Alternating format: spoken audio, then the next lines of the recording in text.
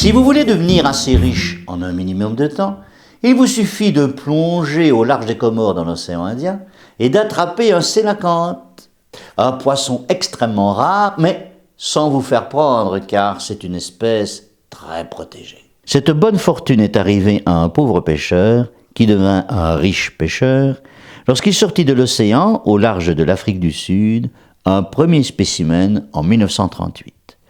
Le poisson était si bizarre qu'il fut montré à 2 spécialistes, lesquels reconnurent avec stupéfaction un poisson qu'on croyait éteint depuis 65 millions d'années.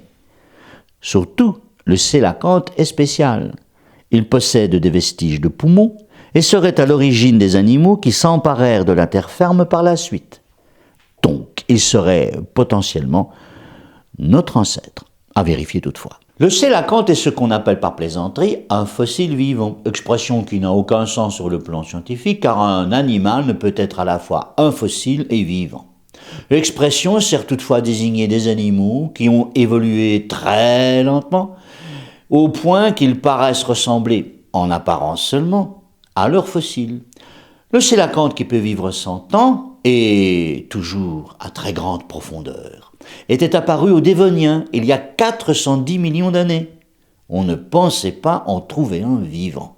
Plus de 200 spécimens ont été pêchés depuis la première trouvaille, ce qui est énorme car le poisson, qui prospère à 60 mètres de profondeur, meurt lorsqu'il est ramené à la surface dans des bassins où on espère en vain le conserver.